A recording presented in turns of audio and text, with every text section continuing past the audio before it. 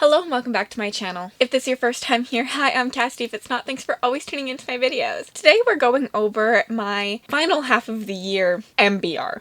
I'm gonna call it an MBR, not a TBR here, because I do still have the top 10 series I want to start in 2022 and top 10 sequels I want to read in 2022. I'm not doing the best at one of those lists. One I'm killing, one I'm not. And then I also have that these books will self-destruct in 12 months video. I can link all those down below if I remember. So I didn't want to make this a must be read because those are more predominantly my must be read books, but here are 10 books that I would like to get to by the end of the year. So in the next 6 months. I tried also to pick books that weren't already on those lists. So here we go.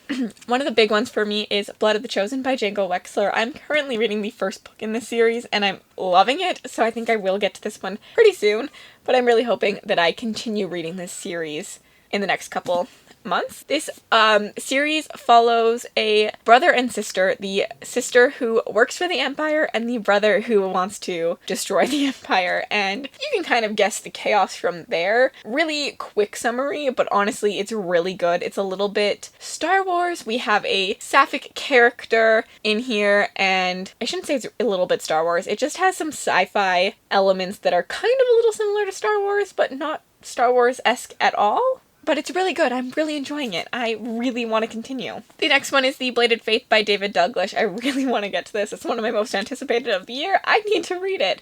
We are following a main character who sees his gods and his parents slain, and then is taken as a political prisoner, and he kind of waits for the perfect time, and when he's offered a chance to be kind of a figure for the rebellion, he takes it.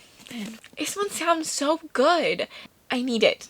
I need it in my life. Then we have The Pariah by Anthony Ryan. The Martyr literally just came out, and so I really need to get on this series. The Pariah follows a character who is in a band of thieves trying to, I think, shut down the Empire, but when something happens, he gets thrown into a quest for vengeance, which actually leads him to be a soldier in the king's army.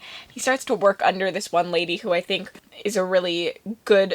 he starts to fight under the command of this one lady who gets visions of a demonic apocalypse, and our main character must survive war and deadly intrigues of the nobility if he ever hopes to claim his vengeance. Also sounds really good. Just sounds so good, and I love this cover for some reason. The next is Voice of War by Zach Argyle. This is an indie self-pubbed fantasy that I really need to get to. It's getting really hyped. Zach Argyle is one of the bigger indie authors that I know of. Don't really know much about it. It says, how far will a man go to protect those he loves? A soon-to-be father with a dark voice in his head, a sheltered girl addicted to threadlight, a young man whose life changes after he dies. Together they will change the world whether they intended to or not. Rachel just read this, and I believe she compared the magic system slightly to Mistborn, which intrigues me. Really excited to read this one. Then we have Spine of the Dragon by Kevin J. Anderson. If I'm telling you the truth, I have no idea what this book is about. Rachel bought it as a gift for Mel and then recently bought it as a gift for me, and her description on the gift note of what this was sold both me and Mel. She sent Mel a gift note that said, this book is empires comparing cucumber sizes. Obviously cucumber means something else. And I was sold from then on. But if we're actually talking about what this book is, maybe I should read the back of the book. Something about slaying dragons is literally all I got from that. But I'm sold, and I want to read this by the end of this year. And then we have Fireborn by Rosaria Munda. This is one of the YAs that I still kind of want to read, so it's on this list. And I think that if I don't read it this year, it might get pushed off for far too long. This is following our two characters who, it's a YA, so they're probably going to fall in love. But one is they're both orphans, but one's family was killed by the Empire, and one's family was royalty in the Empire. And they grow up in this orphanage, have a friendship, and then are training in the academy to be dragon riders together. But then everything changes when a survivor from the old regime surfaces, bent on reclaiming that city, and Lee must choose to kill the only family he has left or betray everything he has come to believe in, and Annie must decide whether to protect her dearest friend or step up to be the champion her city needs. I think that this sounds pretty good, and I could still like it.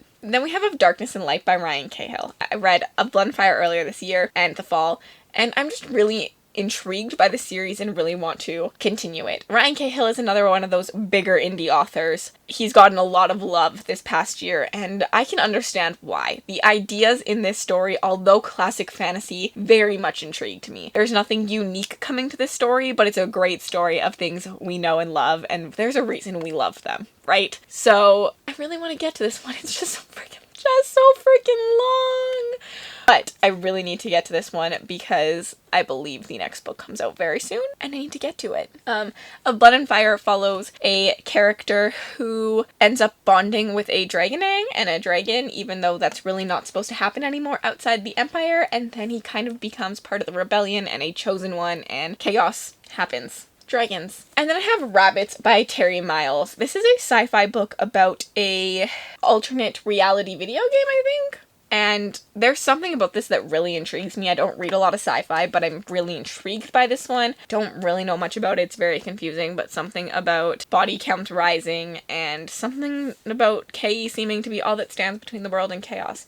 That really sucked, but I've read the back of this book so many times and I still get confused. But I'm so intrigued by it that I need to read. Then we have Stolen Tongues by Felix Blackwell. This is a horror that I've been telling my sister I'm going to read for the last 6 months and still haven't read it. So I really need to get to it. She really enjoyed it. It follows a couple that goes to a cabin in the woods, but then there is a figure outside and he starts to hear his wife whispering as if she's talking to the figure. Really creepy.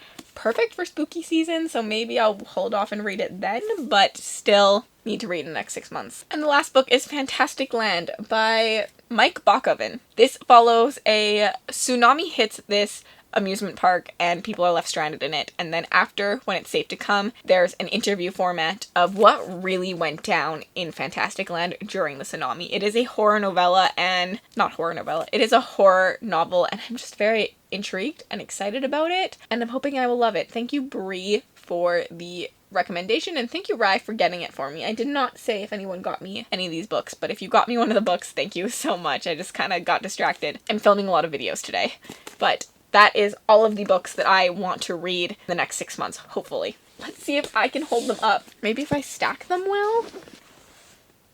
Anyways, thank you so much for watching. If you made it all the way to the end of this video and you'd like to leave me an emoji just to say you here, leave me a winking emoji. There's two. I feel like there's a smirk and a wink. Leave me one of those. And if you'd like to connect with me on other platforms, my Bookstagram, my Book Twitter, my Goodreads, and my Patreon are all linked in the description bar below. Have yourselves a remarkable day.